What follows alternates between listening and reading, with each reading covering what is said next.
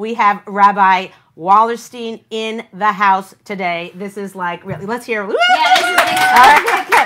So we are going to have a very awesome day. Are you having issues? Because what do you do with your children? Today we are going to get the answers. Stay tuned.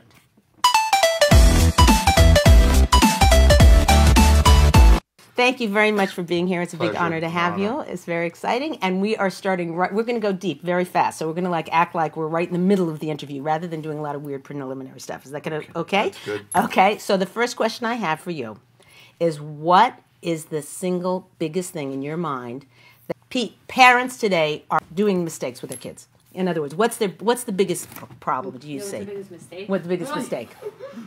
Or one of them. Maybe you have 10. Maybe there's I don't think it's 1 point. It's only 1 point. But I think the most important mistake is that we don't give our children enough time. The most important thing, the way to show love, I talk about this all the time, is you can buy presents, and we buy presents, and we get them iPhones, whatever they want. But really what they want is their parents' time, and that's the hardest thing to give to someone else. You can't live for 1 second when your time is up. So the most precious thing that God gave everyone is time, and that's why when you waste it, it's called killing time, because it's actually life. Right. And we're so busy with our lives that we give them a lot of things, but we don't give them the time that they need. I think that's the most important in any relationship. So I hear the only thing is who's got time? Where are we finding this time? I mean, we're like the most frenzied generation since the earth began. It's a million distractions. You can't just push your kid on the swing set. You also have to order the groceries. You have to talk to your friend. This one email came in. I mean, I hear it as that's good. How do you actually practically, what advice can we give them? Right, so the time that you give them has to be focused time. In other words, parents take their kids out to eat. They take them all these places, and they're on their phones the whole time. So the kid needs to know that they're the most important thing in your life, and the way you do that is by giving them time. So even if you have 10 minutes or whatever time, when we were growing up, we ate breakfast and supper with our parents. That's gone. That's pizza, this, that, and the other thing. That's over. Very unusual that a whole family sits down. I mean, at least in New York, I don't know in California. You guys go to sleep early. You guys go to sleep early, right? But when you go out with them, you see parents with kids, and they're in the pizza shop, and the parents are on their phone. The kids are sitting there, get me this, get me that. And I mean, I'll just tell you a short little story that happened to me. So I was speaking in Florida, and I spoke a little bit longer than I should have. It was going into Mincha, and when I finished speaking, I talked about time, and I talked about all relationships are based on time. I do a lot of Shalom Bayis, and every woman that comes with her husband, and they're coming because there are problems, so I always let them speak first, and I'm like, so, why are you here? And whether they're married 12 hours, 12 years, 12 months, every woman says the same thing. He said he loved me, but he's just so busy, he just doesn't give me any time at all. And the husbands all react like, what do you mean? We go here, we go there, we go out to eat, we go to Florida. She's like, and you're on your phone the whole time. So many years ago I said, maybe, there's a place called Los Cabos. I don't know if it's Cabos Loons. What is that, Lucas? And they have say Lou somewhere, right? So they have these villas, and each villa has its own swimming pool. And I remember looking into it because there's also a minyan at the bottom of the mountain. There's some type of hotel, whatever it was. And it's like, at that time there was no phones, and only one public phone in the main house. No television, no radio, nothing. Whoa. You just go with your wife with a book, right? So the guy told me on the phone, he said, you're either going to leave this place like in bliss, in heaven, or you're going to get divorced. I said, what do you mean? He goes, because then you realize you're always busy, so you don't really talk to each other. All of a sudden you're sitting next to each other and you have nothing to say to each other. So he said, like, you're so busy in your life, you don't really get to, to talk to that other person. And I spoke about this in Florida, and this man came over to me, very famous, I can't say his name, a very famous, rich Jewish person whose name is on a lot of buildings. And he said, Rabbi Wallerstein, you don't even understand what you said. And I want to just tell you, and he told me this story, and I think if this is what you get from the show, from my side at least, it's definitely worth it. He said to me that his mother was in the Holocaust, and he was an older man. His mother was in the Holocaust. She had 8 kids. They all were killed. Her husband was killed. Married his father in some DP camp, and he's the only child. Now, this man is multi-millionaire, and he said, I want you to know that they sold some buildings in Manhattan to the Japanese, and they made $182 million in one deal. He said, I walked out of that deal, I thought it was God. He said, at that time, 182 million is billions today. And he said, that was my day. That was my day. His children, grandchildren, great-great, his name's all over the place. Politically, he's a big man. He said, in my wedding, my mother never said she loved me. She never in my life said, and I went over to my father, and I said, it's my wedding day. Ma, doesn't talk to me emotionally. I don't understand. And the father said, she lost everyone. She thinks it's going to happen again. But let me tell you, you're our only child, and there's no one in the world that she loves more than you. She just can't say it. But I'm telling you, even more than I love you, she loves you. He said, Rabbi Wallerstein, I accepted it, but my mother never said she loved me. He said 3 days before she died. He's in the hospital with her, and she's in and out of coma, and she wakes up, and we'll call him Yankel. She says, Yankel, I have to tell you something. He says, my heart went in, like she's going to say it. And she looks at him and she goes, I know what you do for the world and for everyone and for me, and I just want to let you know that I'm proud of you. She didn't say I love you. I'm proud of you. He said, Rabbi Wallerstein, the money that I made that day, the cover that I get, my family, there's not a better moment in my life, and he was an older man, than when I heard my mother say she's proud of me. So we as parents, I don't think we understand and we realize that when you give that child that power and you tell them that you love them and you tell them that you're proud of them. Also, there's a big mistake that parents take their family out. In other words, they take all the kids out, let's say Sunday night for pizza. That doesn't translate to the child that you love me. It translates to you love the family. It's very important to take every one of your children one-on-one. So, and fathers can take their daughters to a hockey game, to a baseball game, because they're not boys and they miss that and they want that. And mothers can take their sons out. There's a relationship there, and people make that mistake. Wait a minute, Rabbi Wallerstein, I take my family out all the time. I don't take them out individually, and tell them how much you love them, and give them time. And in marriage, it's the same thing. So with this Los Cabos, so I told this guy, I said, why don't you go for 3 days with your wife to Los Cabos, just the two of you, and get to know each other, and you'll have the best time. I promise you'll have the best time. So he looks at me, and I'm going to say a Jewish word, but I'll translate it. He says, does it have to be 3 days ritzufim? Ritzufim means in a row. Does it have to be 3 days in a row? Can I do like 1 day, and then a couple of months later another day? And I'm like, you don't get it. It's very hard to give someone else time. And if you give that to your kids, they know that you love them more than anything else. We're very busy with friends, and kids like think to themselves, like my mother, my father, he likes his friends. He goes out with them, and they laugh all the time, and he likes them more than me. So in terms of practical life, with a person's life, to get started with this, because let's say but everybody's frenzied, right? We're all frenzied. We're totally frenzied. Okay, so we get that. We feel for you. We know what it's like, but for a practical lesson, would you think that they should like once a day take 5 minutes, or to get warmed up, maybe think, okay, Shabbos afternoon, I'm taking one kid on a walk each week. What are some practical things that they can do, because it's so hard to like suddenly change. Now, I feel like this is fantastic advice, but now we're just giving them one more thing to feel guilty about. Jewish women feel guilty about everything. You know that. You know that. Right, well, that's also, you said, don't feel guilty. It's not, I know some perfect parents who do everything right, and the kids are off the derech, and some dysfunctional families, and the kids are doing great. There's a lot of prayer, there's a lot of chusim, there's a lot of other things, and everyone beats themselves up. And many times you really do your best. You have to have a lot of siyata d'shmaya also. Mm-hmm. But practically, I mean, everyone's home is differently. Would they say the most important time for a kid is when he wakes up in the morning to see his parents, when he goes to sleep at night, when he gets on the bus, when he gets off the bus? A lot of kids have anxiety leaving the house, getting on the bus. They're getting bullied in school. Other things are happening at school, and a maid should not be the one who's bringing them to the bus.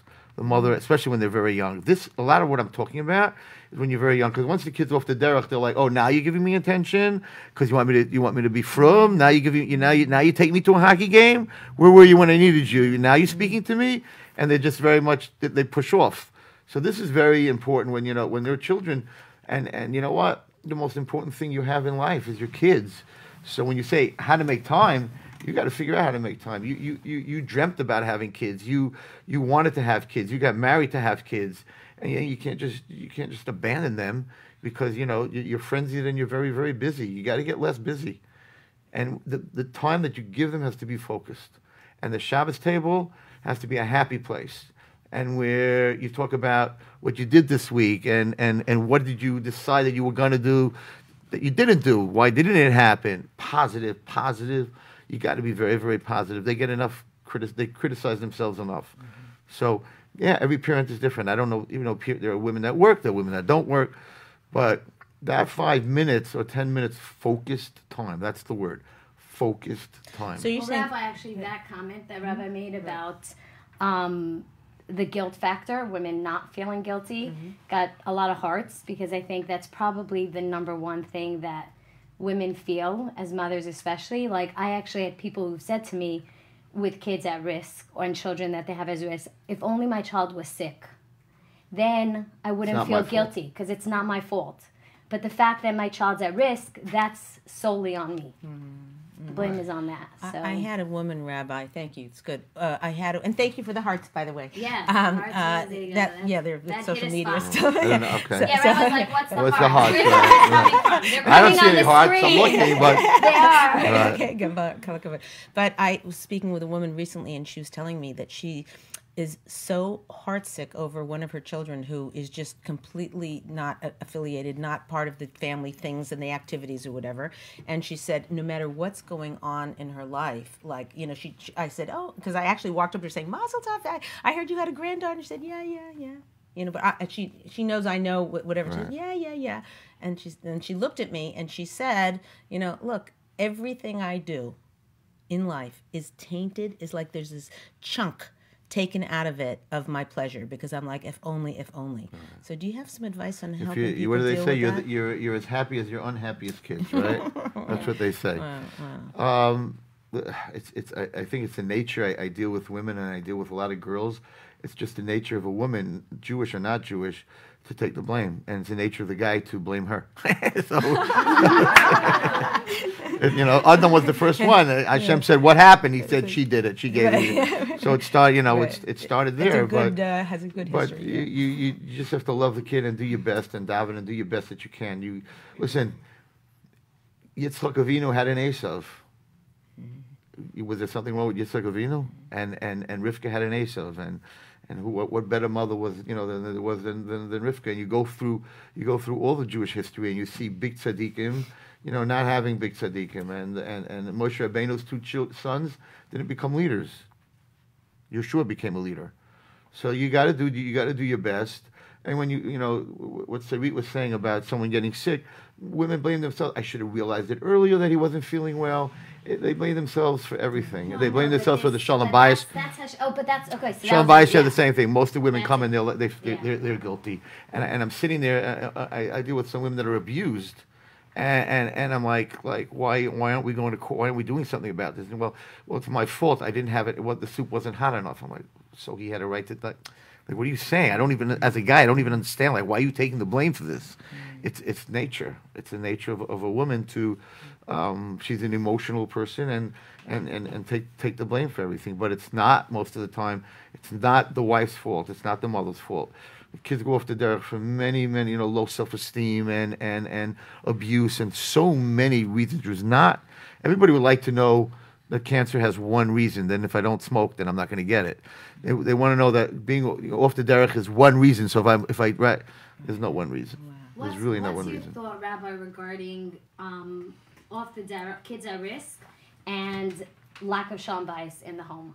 Because I've heard it many times said, and actually had it, and I actually agree with it. I have my oldest who's off the derech, and I actually was told by a very big Rav that Shalom Bayis was key, and my husband and I talk about it a lot on the show. Our Shalom Bayis was not where She it was has supposed refused to be. say lashon hara about her. Yeah, yeah. Not say lashon hara. It's not lashon Chafetz hara. Chaim says you can't talk bad about yourself. No, so. of course. No. No, But you but- know my husband, he's totally like Yeah. on board. No, he's on board, and he we said asked a because lot of we, Baruch shilas Hashem, because have gone so people learn far from it. away Yeah. from that. That's why we have a second tranche of kids. We're trying to do it Right. better the second time around.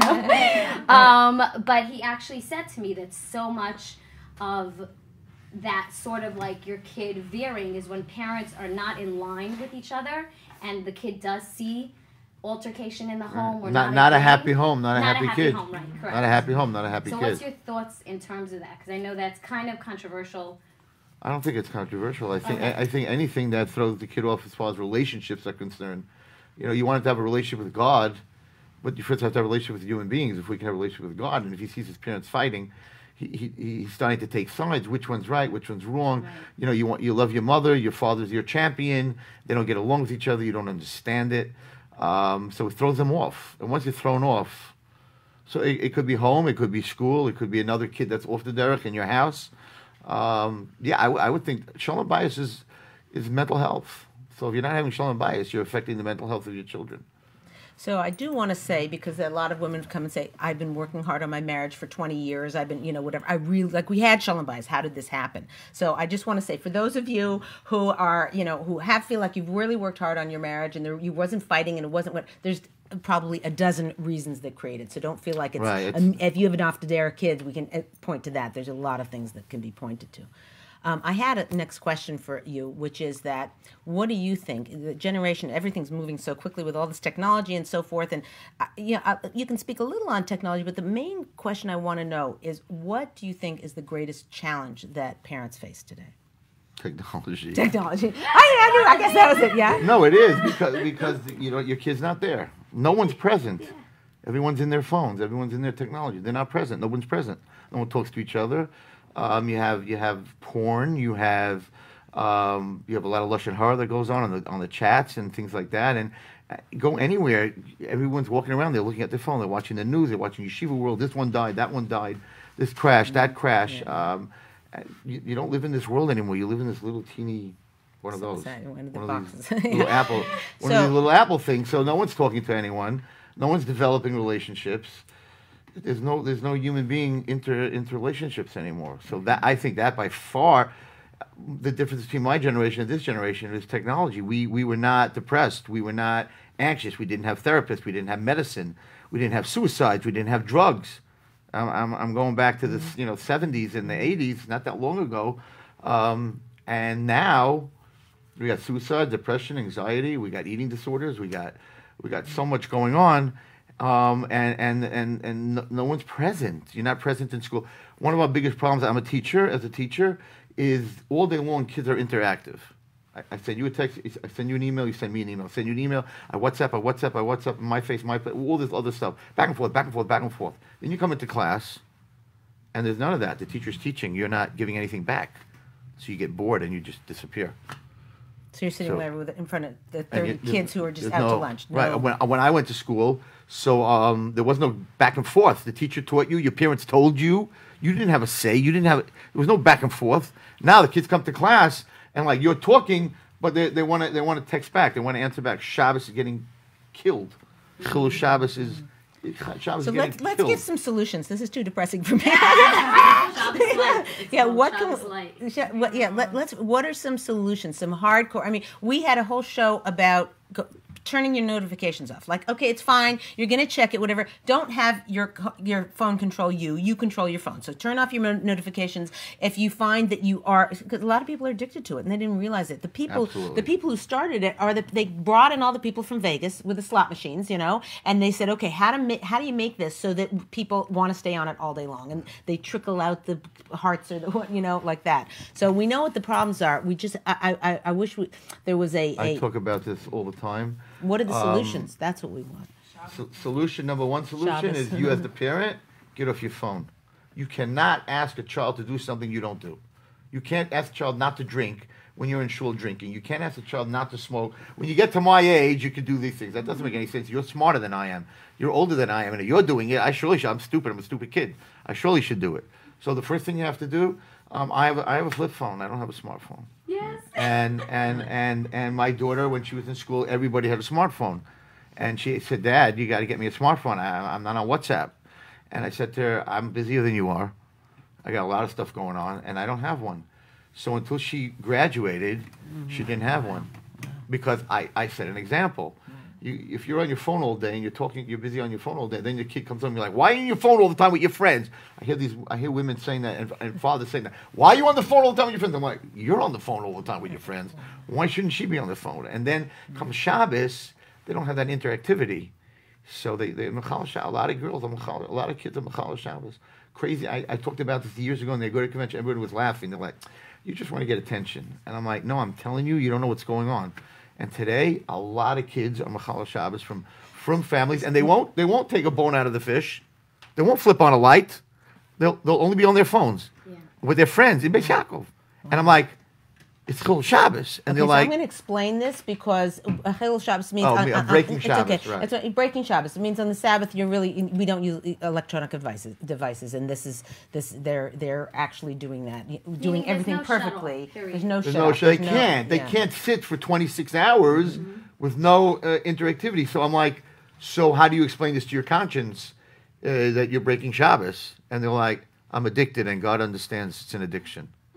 God understands. I'm addicted. What's the solution? I don't want to be too negative, but I don't see a solution.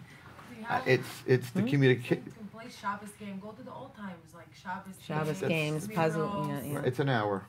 It's 2 hours. It's 26 hours. I'm talking teenagers. I'm not talking about little kids. I'm talking about teenagers. When they're small, so they learn how to. Yeah. Or they're just so religious that they won't do it. But again, it became I'm addicted, and it's an addiction, and God understands addictions. And when I get out of my addiction, I'll be able to do it again. But the Sabbath is taking a beating that it never took before, ever. There was no such thing when I was growing up, and it's technology. Technology is. I don't have an answer because the whole world doesn't have an answer. They now have in Utah 7 rehabs for technology addiction. So it's not a Jewish thing; it's the whole world. So, okay, I'm going to switch topics a little for you and with you, and I'd like to know what Rabbi's thoughts are on a woman's self-esteem, because this is also taking a beating, and the guilt we already talked about. But how does a woman, I gave a class last night, and the women were saying, unless you feel good about yourself, then you can't be a good wife, and whatever. And does Rabbi have any advice for these women in terms of how to build yourself, how to self-care, and that includes self-care and self-esteem, and what is the core of self-esteem? Spending time with yourself, and meditating and thinking about what I accomplished today. I'm a woman. I have a family. I take care of a family.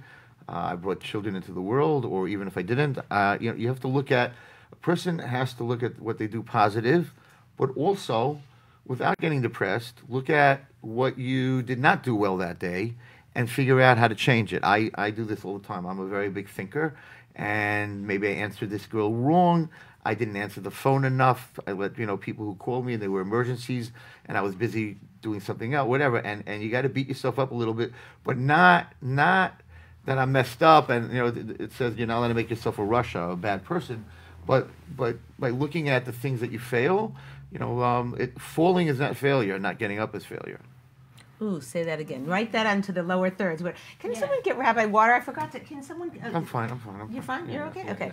Yeah. So what? Say that sentence again. What was it? Falling is not failure. You're not getting up is failure. Oh, that's awesome. Right. So you're saying just to keep. And look at the thing. Look at the positive things that you do. There's a saying. This is a very beautiful saying. There's a saying. There are those who are depressed that roses have thorns, and those who rejoice that thorns have roses.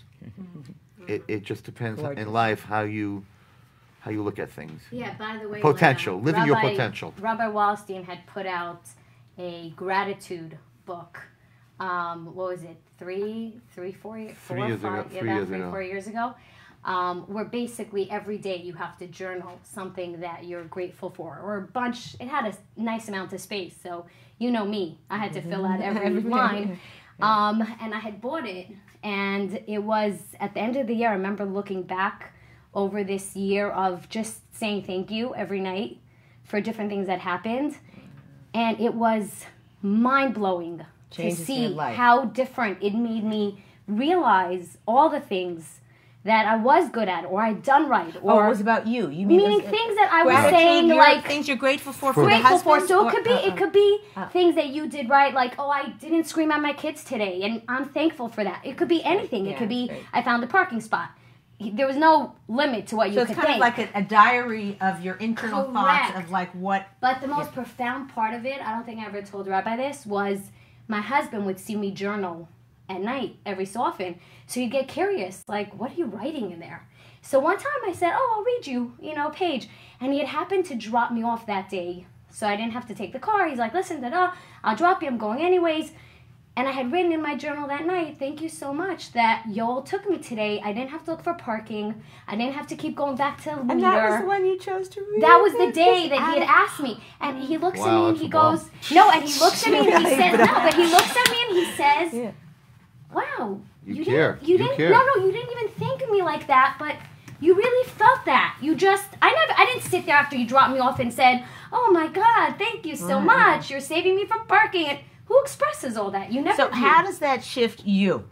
That's what I want you Well, to it say. shifted me greatly because it made me realize, oh my God, I'm so lucky to have this man who did that for me and how it impacted the rest of my day. Like, my whole day was easy. I didn't have to run to the meter. I didn't have to worry about moving my car. Like, it's a whole different What's this reality. book? What is this? Oh, And where it's can, a book. our, where Yes, can our it needs to be people get it? another Where reprint. can our people get It's it? a lesson a day in Hakras Tov, in Gratitude. In gratitude. Gratitude, yeah. Wow. The Is it on attitude- the attitude Amazon? of gratitude. It's everywhere. It's everywhere. Amazon. Okay, Yeah. and what? It's called the. It's a lesson a day lesson. on gratitude. Get Hakras it? You Tov. heard it here first. Go click Yes, on it's Amazon. the That's best fantastic. book. It's And it just amazing. kind of The just. book. The name of the book is Let There Be Rain. The reason it's called Let There Be Rain is that nothing grew in the world. The Bible says that God created grass and everything else, but it didn't grow until He created a human being, because the human being thanked God for everything, and then it rained, and that's when everything grew. So the growth in the world is based on a thank you. So we Wow, wrote a whole this book. is We wrote a you. whole book. This is what you We speak wrote a whole of. book on Your it. husband. It's called Let There Be Rain. We That's sold gorgeous. to this point 12,000 copies of Yeah, it. I know. Yeah. That's fantastic. But Wow. explain that's your concept Is- about a woman getting the blessing. Oh, right. Okay, so I'll go into Let me in on this. my Let me in on shtick, this. Yeah, no, my it's a huge Shalom concept. Bayis It's the shtick. exact same So concept. Rav Moshe Cordovero gives over that all bracha comes from Shemayim Right. to the husband, through the husband, and to the wife. And if there was one thing that is our tradition of Shalom Bayis, of how to have peace in the home, standing on one foot, if I were to say one thing, it's to grow as women, to grow yourself, to be a vessel, to hold as much blessing as possible. And this ties in exactly with what you're saying. And it's very important. It says that a person's panasa today is a very big day for praying to make a living. It's the Tuesday, the special prayer today, because of the splitting of the sea and all the money that they got at the splitting of the sea. And it's brought down that if the woman is happy, then you make a good living. But if she, God forbid, cries, every tear breaks your parnasa, your living. So she is very much the vessel that brings success into the house. It's fantastic. And how does a woman Try to tell that to your husband that the reason you're making money is because of me. See if it flies. He's like, what do you mean? I bought the right stock or whatever. Right. It's very interesting. There's a Talmud, for the people that are listening. Most people don't know this, and I might get into trouble from the men for this. There's a Talmud that says that there are three things that you listen to a woman's intuition.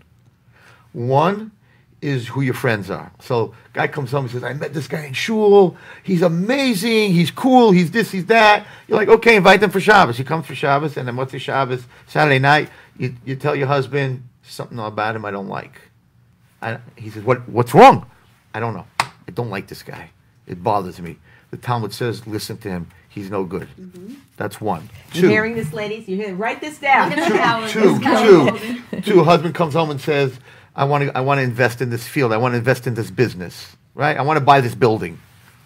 She says, okay, let's. He explains to the building whatever it is. She goes, something about this deal bothers me. He goes, what do you don't know anything about real estate?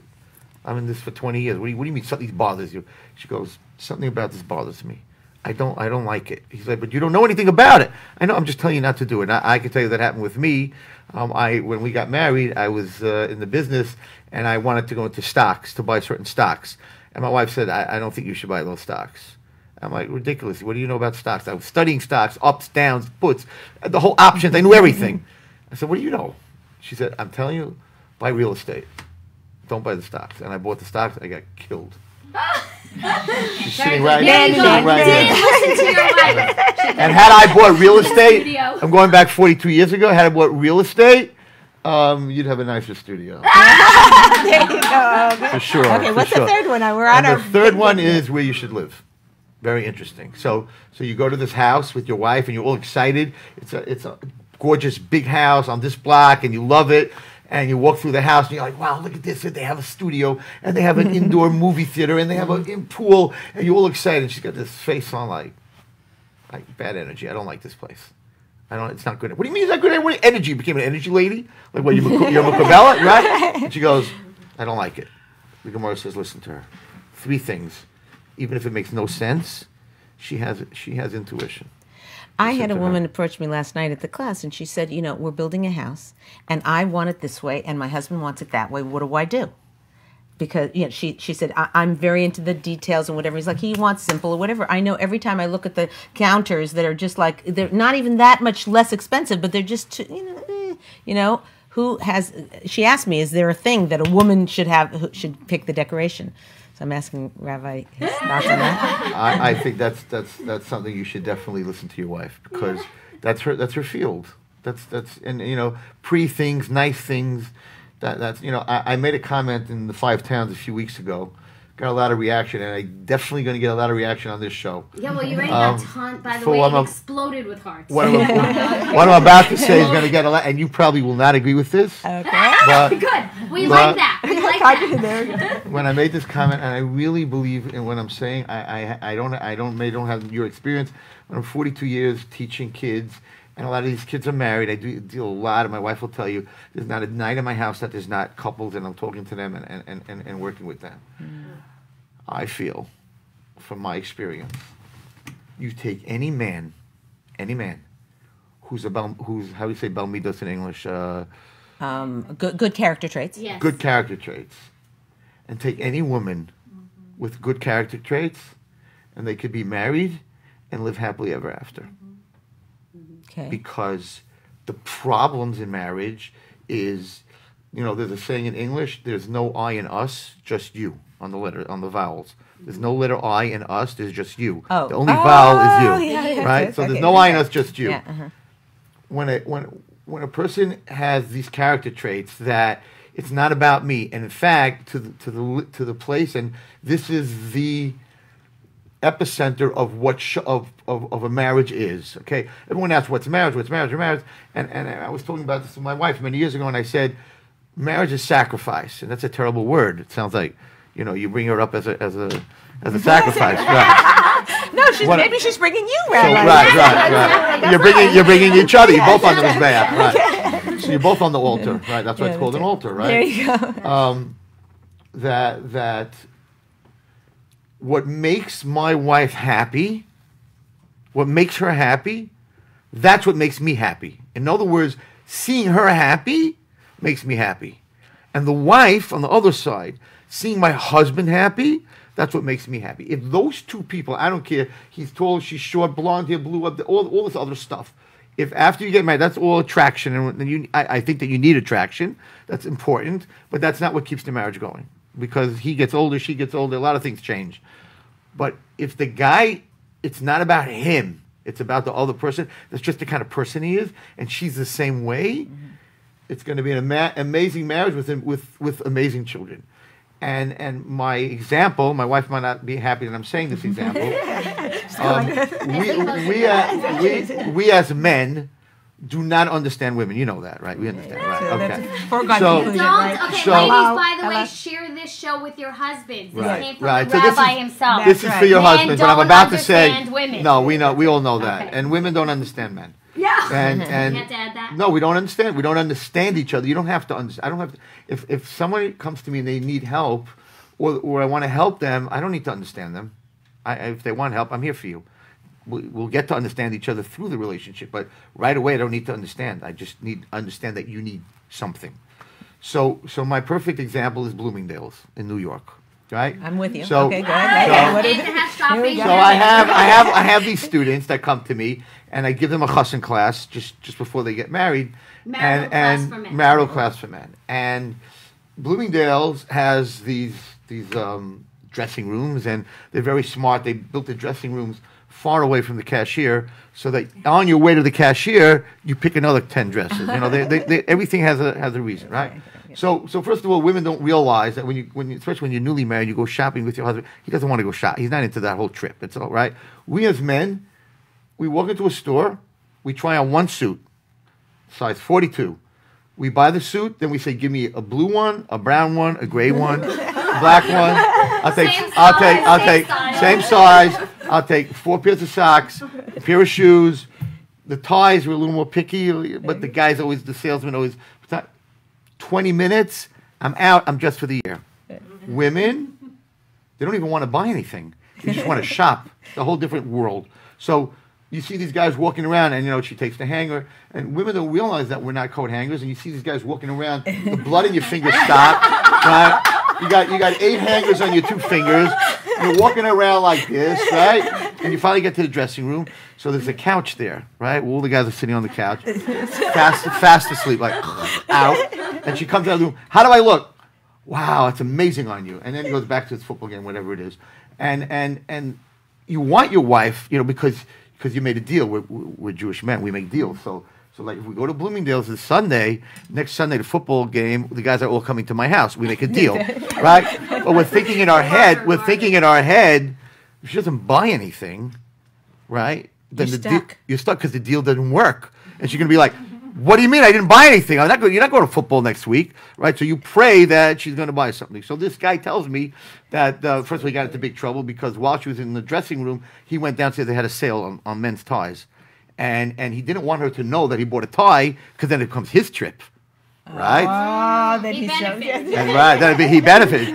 Oh, you didn't go for me, you went for you, right? Forget about it. So he takes the tie, he doesn't want her to know, and he sticks it in his pocket. All the cameras are focused, and like he's lifting all the security guys, like, "What are you doing?" He's like, "It's my wife, she's upstairs, I don't want her to know. Take the tie out of your pocket," right? He runs back upstairs. Anyway, she has 2 dresses. Out of 12 dresses, she took 2 dresses. And she's now walking. He's happy because now next week he has football. And he's walking towards the cashier, and all of a sudden she takes the dress, and she looks at it, and she goes, "Chaim, when am I going to wear this?" He's like, "Oh my God. Everything's turning bad. I don't know. She goes, "You know what?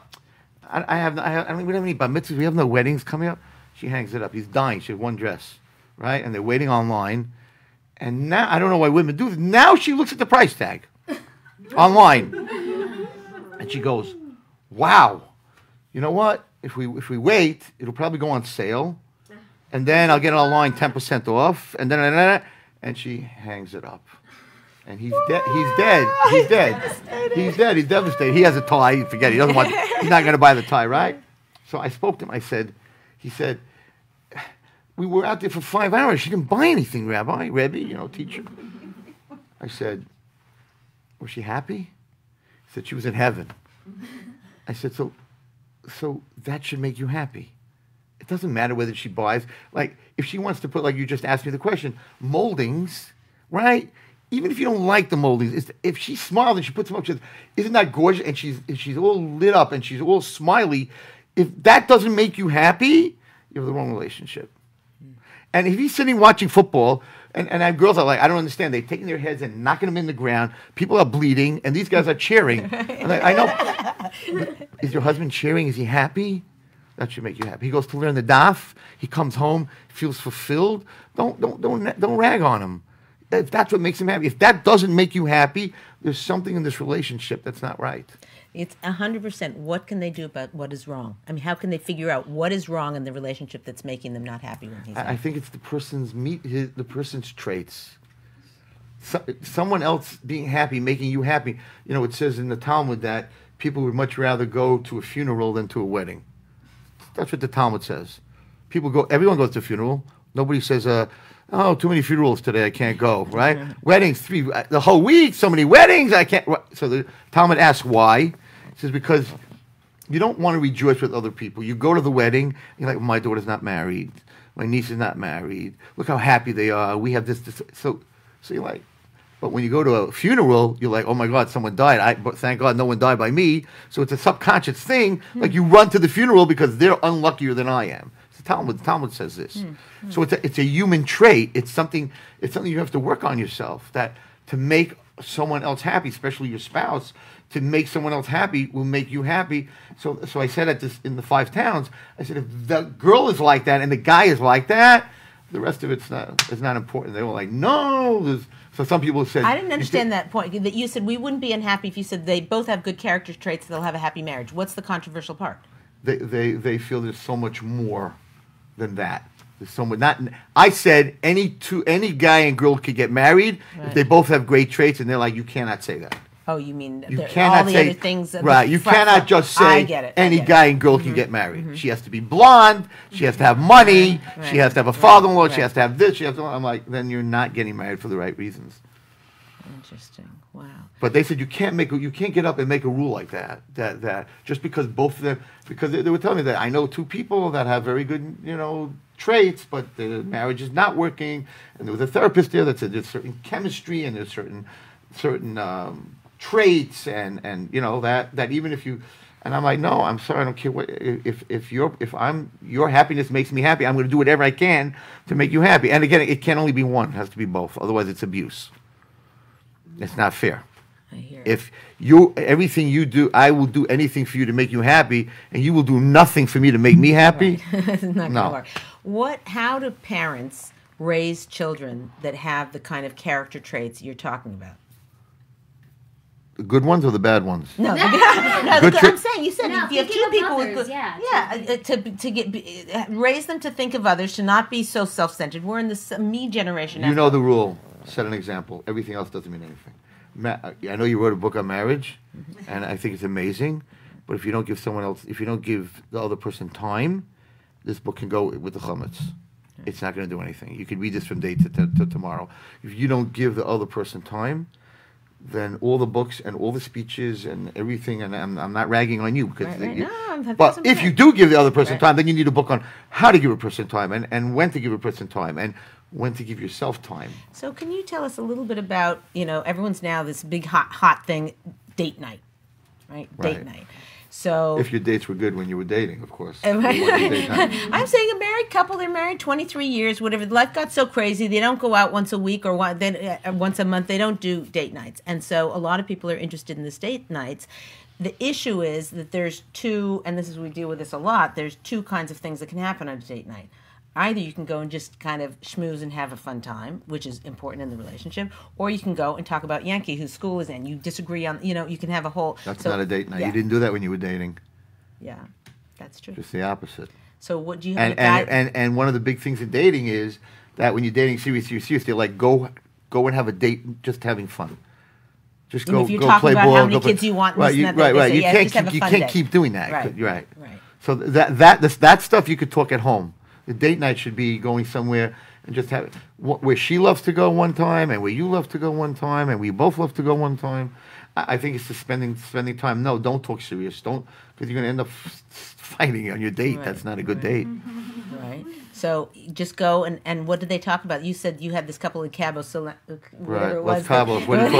And you said that they can't even, spend time together. So what? Right. So when you see that you go out with your wife and you can't talk to each other and you have to be on your phone, you need some therapy. There's something very wrong. Someone has to teach you how to communicate. Well, I think the biggest problem in any relationships, and it translates to relationship with God, is communication. You need to learn how to communicate, and I think that's the thing that parents should be very involved in with their kids, to communicate to the kids, to talk to the kids. A lot of parents don't tell their kids their feelings towards them. My father and mother, my father was very clear that the best thing that ever happened to him was his 3 kids, and I was a big troublemaker, and he was a soldier, and we owned in our stuff, but if I did something, I was complimented, and he always told us he had no friends, my father, and he was a very nice guy. He said, my best friends are my family. And my wife sitting here should tell you that, including her, who, when we got married, he took her as a daughter. And he said, that's my investment in life. All these other people, they're not my future. My kids are my future, my wife. And that he went to Florida, he took his kids. He went to Israel, he took his kids. He went to a game, he took his kids. And I feel very much that I am who I am today. I know, because I had such parents. My mother should live long. The love that they had, was... And women, women should know that you have a bracha, a blessing that you make every day. Shasani Kitsono, a woman makes a blessing that God made her his will. Now, the biggest rabbi in the world, Rav Chaim Kanievsky, the biggest rabbis in the world, they can't make that blessing. If he makes that bracha, it's a wasted bracha. So you're telling me that a woman who makes that blessing is greater than the greatest rabbi in Judaism? So how come he cannot make that blessing? And every woman in this room and every woman watching every morning can say, blessed are you, God, God of the world, that I am your will. And you need to think about when you say that, are you his will? Are you acting his will? But so what does that mean? So the rabbis say it means a woman was created, she's able to nurse, so she's a nurturer. She's able to create because she has a womb. And she's a protector. She's the mother lion. She don't mess with my husband. Don't mess with my kids. We knew as teachers at PTA, don't talk bad about the children. If you're talking to the mother, be careful what you say because she'll rip your head off. The father, like I would tell the father, your son is not learning and he's not behaving. Don't worry, next 2 weeks, no football, no television, no this, no that. Tell that to the mother, and she'd be like, why, Rabbi Wallerstein? Because you don't know how to teach him. You don't know my son, and you know what? I don't even want him in this yeshiva. So, mothers are protectors. Right. They want one husband. They want one house. They're not interested in. They don't lease cars. We lease cars. It has to smell fresh by the time we give it back. It's 2 years max. Mm-hmm. Women can have a car for 10 years. They're protectors. So God Himself is a creator, a nurturer, and a protector. So the will of God is the woman. The way He physically created her, the way He emotionally created her. So every single morning, you're talking about low self-esteem and what should we think about. Every single morning when you wake up, you're like, I am God's will. Now, what am I doing today? I am God's will. I am a nurturer, I am a protector, and I am a creator. It's not simple that children and everything that women do. And you got to look in the mirror and you got to be very proud of yourselves. Yes, everyone has flaws, so take those flaws, work on them, and make them into positive things. You got to spend time with yourself. We're talking a lot about kids and husbands, but if you don't spend time with yourself, you have no idea what you're doing. You have no idea what you're not doing. You have to. I'm not saying yoga. Where do you go to spend time? 5 minutes. I go to the Bear Mountains. I go far away just to think. And then many times I yell at God. I'm like, I can't watch the suffering anymore. And many times I'm like, I love you and I need you, and many different emotions to talk to God. But you can sit at the edge of your bed at night for 5 minutes and like, what am I doing? By the way, Adi Blumenfeld just said, I am God's will, with stars and hearts and wow. So I think it's a very powerful... You make this bracha in the morning. I can't. Yeah. Rabbi Wallerstein makes that blessing in the morning. It's a lie. I am not God's will. Can you help give us some insight into our relationship with God? Because I meet with a lot of women, and they're like, I pray and whatever, but I feel disconnected. I feel like a frenzied mess. Like I've got 3 kids under 3, whatever it is. I don't feel that connection. 5 minutes. Talk to Him. Praying from a sitter is powerful. It's a Hallmark card. If your husband comes home and he bought you a happy anniversary card, right? But he didn't write anything in there, just Dear Malka, and signed it, right? And he comes home and he reads it to you. So happy anniversary, roses are red, violets are blue, I love you. You'd be like, you couldn't write anything on your own? You couldn't say anything on your own? So outside of the book, which is very powerful because it was written by Abraham and Isaac and Jacob, outside of the book, He wants to hear from you. He wants you to laugh, to cry, to speak, to love, to talk to Him. I talk to Him a lot. I say, Eino bavado, there's nothing but you. There's a lot of stuff I don't understand. I see probably more pain than anyone in the world from children, from sexual abuse and emotional abuse and physical abuse and divorce and teen pregnancy. And don't ask, my wife will tell you. She doesn't know how I sleep at night, and I sleep at night just because I crash. And I talk to Hashem about it, and I'm like, I know there's a reason and everything else, but we can't do this anymore. And I speak to him like he's my father, because I had a relationship with my father and mother. If you don't speak to your parents, and many of these women that say I can't talk to him, is because you can't talk to anyone. You're so busy you don't talk to anyone. 2 minutes, 5 minutes at the edge of your bed. God, I love you. I don't understand what I'm going through. The 600, and we don't have time to do this today, but we have 613 commandments to do and not to do. One of them is law that when you tie your shoe, when you put your shoes on in the morning, you put your right shoe on first, you tie your left shoe first. And the kids I teach are like, does God really care which shoe you put on first and which side? And you go to the bathroom and you can cover your body this and you can't cover your body that. And when you eat, so I spoke to the great tzaddik, Rav Chaim, and we spoke about this. What's all these 613 details? The non-Jewish people have 7. We have 613. Usually that means if I have a kid in my class who has 613 rules and the other one has 7, the 613 guy's out of control. Right? Why do you need 613 rules? So the Jewish nation has 613 rules. Why do we have 613 rules? So I'm going to tell you something amazing. What's relationship based on?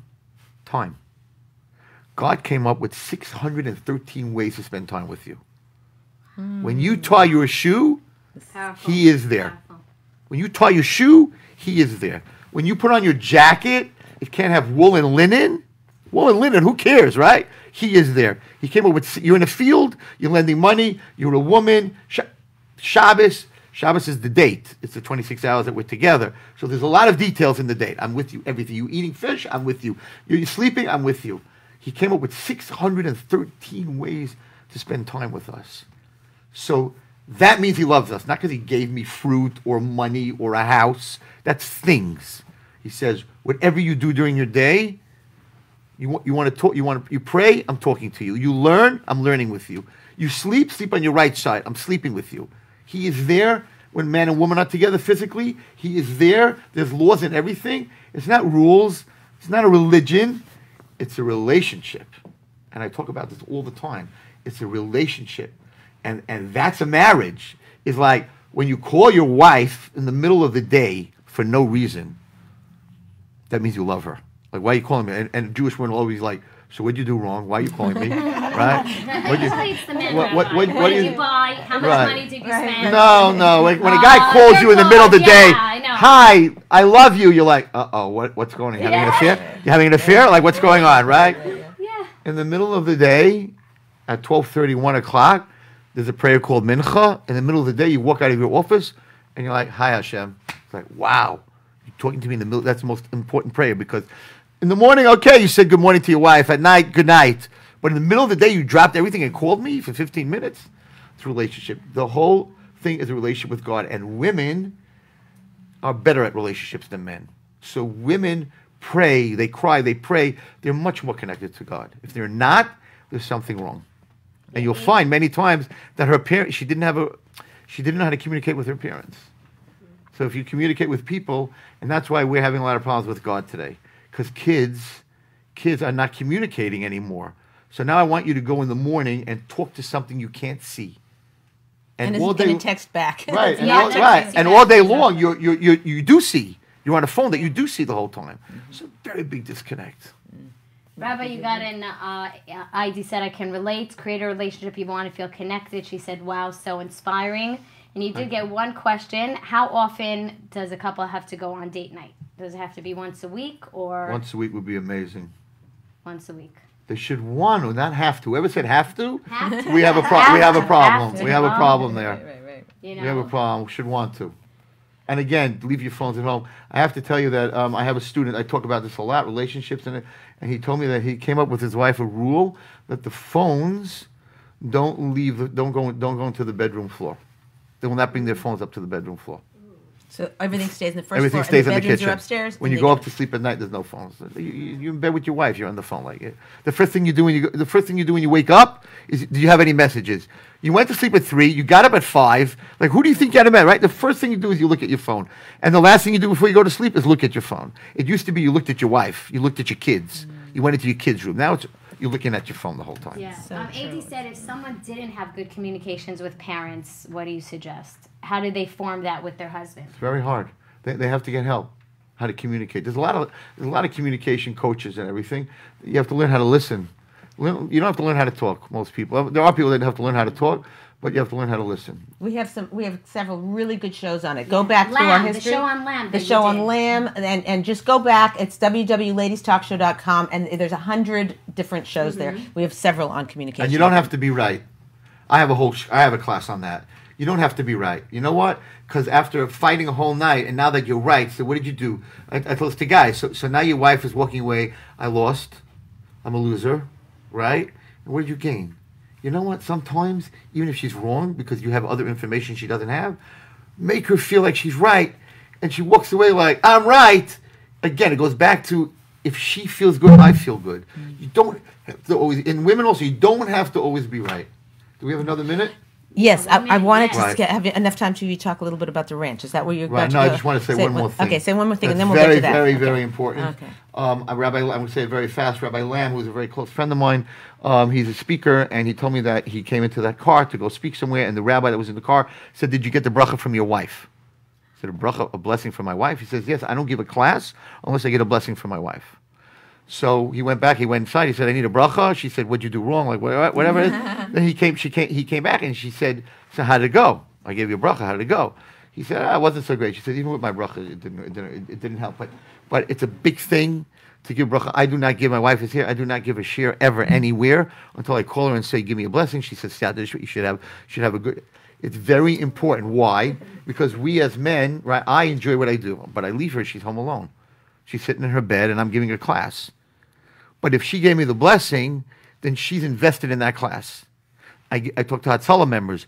Before you run out of the house, ask the kids, because kids don't want their father. I'm in the middle of talking to you, and you're getting up and running out. It's very nice you're doing chesed, but most kids who are Hatzalah members, children, don't want to go to Hatzalah, because they don't want that, right? I said, but before you leave, you're like, listen, it's an emergency. Everyone, give me a blessing that the person should live. I should be able to save them. Then they're like, so how did it go? They're there with him in the ambulance. So as women, when your husband goes to work, you're like, give him the bracha every day that, when you go to work, you should get a good order today, you should do well. Give your children a bracha that if you have to guess on a test, you should guess the right answers, and no one should bully you, and you should eat your lunch. And then the husband says to his wife, I know you're going to have a hard day today, you have to take the kids to the doctor, everything should go okay, and it becomes a house of blessing. Everyone is giving everyone a blessing. I do not speak anywhere without getting a blessing from my wife. Oh my God, you have So- so many hearts. The phone went crazy. Very, Love very this. important. It's amazing. And a house that has blessing, the kids will always be, the family will always be happy. Where everyone's blessing each other, and then, how'd you do on your test? And Ma, how's the doctor? And it's just amazing. And it works. It works very well. Okay, I want to give you a moment to explain to us this ranch that you're looking for. It's going to take more than a moment. Yeah, wait. So 1 second, because and Instagram is gonna shut off in literally a second. Right. So we'll say goodbye to Instagram, and I will restart it just for the little plug for the ranch. Okay, fine. As We'll a post separate. that separately. So Thank you, everybody. guys, Thank you, love thank you. Thank you. We still have the Facebook. Yes, Right. Facebook is and still on, YouTube but Instagram and is going to go out. Okay, fine. So tell us when you're By the back way, on. everyone who was watching a few weeks ago, they asked me to go to a Sabbath to speak in Minnesota, and I said, "Oh, my schedule is so." I looked at my calendar and I was like, "I'm sorry, I'm booked. I don't have time." And then about 2 hours later, the rabbi from Bell Harbor, Florida, called me for the same weekend, and I'm like, "I don't have anything on my calendar. I'm wide open." So I'm here because it's L.A. If this was like Cleveland or Chicago, I wouldn't be here. But L.A., no problem. You Anytime. just put that on the airwaves. We got Minnesota people. Anytime you want me back in LA, I'm here. Yeah, no there you problem. go. Just We're invite me. on, we're Not on. a Very problem. good. Okay, That's we're right. ready That's to right. go. We want to hear about the ranch. And Right. wait, what's the name? I had written The it ranch down. at Bethel. The ranch at Bethel. Right. Okay. So can he Okay, start? hold on. 3, Hold on, everybody. 2, Facebook. Okay, We're good. coming back. Hi, everybody. Okay. So, many years ago, I went to there are many rehabs in America, mental health rehabs and drug rehabs, and they're all not Jewish. They're all not kosher. And I met these many Jewish girls in these rehabs, and Well, rehab for what? Explain what a so rehab. there's a what drug is rehab? there's a residential treatment center. If you're a drug addict, you go to this rehab, and then for 30 days, 60 days, 90 days, they get you clean. They do therapy. They try to fix the why, not the what. You're a drug addict, but why are you a drug addict? And so they have that for mental health, for girls who have eating disorders, are self-mutilating, they're cutting, depressed, anxiety, depression, suicide. They're coming out of psych wards and all these other places. And there's no such thing as for Jewish girls in the United States. And I found also that a lot of the therapy that was being used, the best therapy for sexual abuse and different abuses is something called equine therapy, which is through horses. Girls and horses are a very special relationship. And it empowers the girl. It gives her back her control. Not eating is a control thing. Cutting is a control thing. Now they're controlling a horse, which is much healthier, of course. So for 10 years, I went to Utah and to all the different rehabs, and I met all the Jewish girls there, and they're eating non-kosher food, and there's no such thing as Shabbos, and they're totally out of their environment, and that's trauma. On top of all the trauma they went through, they're now in an environment they don't understand. And my dream was to open a Jewish, all-girls Jewish ranch. So it's thank God it's open now almost 3 years, and it's in Bethel, New York, 18 acres. We have equine therapy, we have DBT, CBT, EMDR, we have art therapy, agricultural therapy, dance therapy, and it's an amazing place. And kosher food. They have Shabbos. They don't have to keep Shabbos, but it's there. We have people there. We have 36 employees. And so, Rabbi, if you could just speak to the camera and tell our viewers what they can do to help or to get involved, or obviously donate a somebody horse. doesn't. No, I'm kidding. Yeah, if you could let them know, because I think So everyone if you wanna would be like part to of help, this. it is very expensive. It costs $15,000 a month. Our cost for the girls, and there are many girls on right now. We have 5 girls waiting to come to the ranch, but they don't have the money. So that's why one of the reasons I'm in California. We did 2 parlor meetings, one in the Valley, one in Pico, to raise money to help these girls that can't pay for it. It's really life and death. I mean, these are girls who are anorexic, have tried to commit suicide, and thank God we are extremely successful. We have an amazing clinical director. We have amazing clinicians. We have 8 horses, and anyone who wants to send an email can send an email to Ornava, OHRNAAVA.com, OHRNAAVA.com. If you want to come see the ranch, we'll definitely give you a tour of it. It's a $6 million mansion. It's got an indoor movie theater. It's 1-to-1 with the girls. It's also a school. It's ages 16 to 23, and it's God's gift to the Jewish nation. It's just What's the cost to sponsor a girl? A girl is $15,000 a month. The minimum that we take them is for 90 days, because 30-day models have a 90% relapse, and I'm not looking for any relapse. So it's $15,000 a month, and that would start a girl in the ranch. But whatever you can help, we put it together. It would be it's a very big good deed. And my wife is here; she could tell you we've taken girls that the whole world gave up on. Mayo Clinic gave up on them. Said just put them somewhere. And we've taken them, and they're in the world now, and they're normal. They're working. Some of them are back with their parents. Some of them are not back with their parents. So if you could help, it would be very amazing. Okay, we will have all the information Yeah, on we'll have our it in the on our link link. below. Lots of hearts, That's lots of very hearts, good. flying hearts. Lots of hearts. Thank Okay, you. we like hearts. Thank you very much, Rabbi, for being on the show. very It was a big welcome. honor to have you. We all learned a lot. Enjoyed Everyone it very buy much. the book. Buy Yeah, the there book. you She knows what she's talking about, because we were on a program together, and the whole time she's saying, like, you have to do this for your husband. I'm like, where were you been my whole life? You have to do this for your husband. You have to do that for your husband. I'm like, wow. She should be giving share in all the schools. Forget about it. Wow, guys, we're your biggest. We buy the book and give it to our wives. That's what we're gonna do. 100%. Here's your Hanukkah present, your anniversary present, your Purim present, the Seder present. Just read it. Just read a little bit.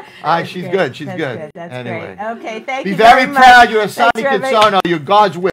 Yeah. Be very proud. Look in the mirror and say, I am God's will. I am Every God's morning. will. I am Love God's it. will. Great. And my husband, whatever. Right, Rich High with the Ladies Talk Show. We'll see you next time.